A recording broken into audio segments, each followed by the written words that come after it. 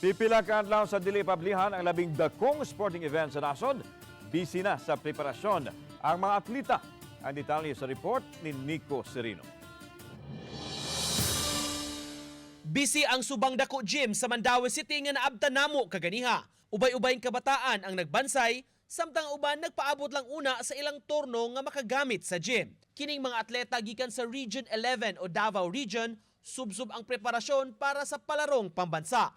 Sayo sila nga naabot sa Cebu, maong migamit sa higayon nga makapadayon sa ilang training. Ang girls team sa 3-on-3 basketball nag-silver sa miaging palaro.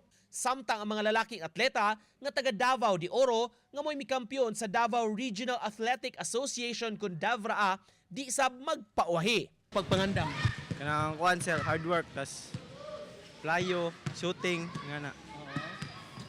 Tas kanang ampo lang yun pero may Maningkamot gamasking silver mi last year but still paningkamutan gihapon namo na makuha na mo ang gold for this year. Isip coach padayon nato ginakondisyon ang ato ang mga players, atong athletes para sa mas dako nga bugno no dinhi. Ang taga Mandaue nga grade 12 student kasi Althea mikampiyon sa Arnis sa Siviraa, excited na para sa palarong pambansa.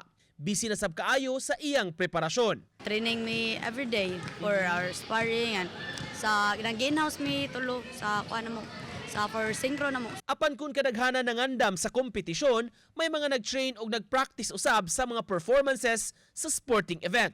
Sama nining maapil sa opening program kundiin ibida ang ilang sport. Excited nga nakulbaan. Kaya dagang kita. Para po preparation ako kan larga man ko karong Cavite ug August. Kuan ROTC Nationals. Ang Lapu-Lapu City sa ilang bahin dunay 11 ka mga atleta nga pambato alang sa palarong pambansa. Kini naglakip sa Arnis, lawn tennis, table tennis, billiard, usa ka representante sa gymnastics ug usa sab sa 3,000-meter run. Muuban sa naasoy mga atleta ang upat ka mga coaches. Human sa Siviraan ni atong Mayo, diretso sabdayon sila sa ilang training alang sa palarong pambansa.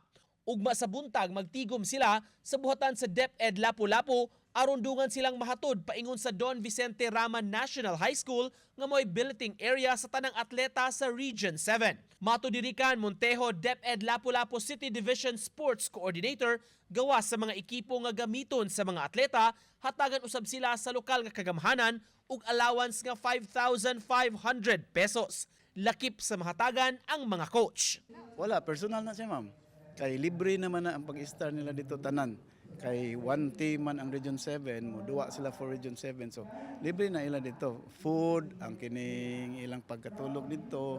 Kanang 5,500 from the city para rin na personal rin na nila nga bali pabaon incentive. Dugang ni Montejo, mahatagan usab og financial incentive ang tanang pambato sa Lapu-Lapu City sa Siviraa. Uban ni Godfrey Relien ug Marlon Melgazo, Nico Sereno, Balitang Bisdak.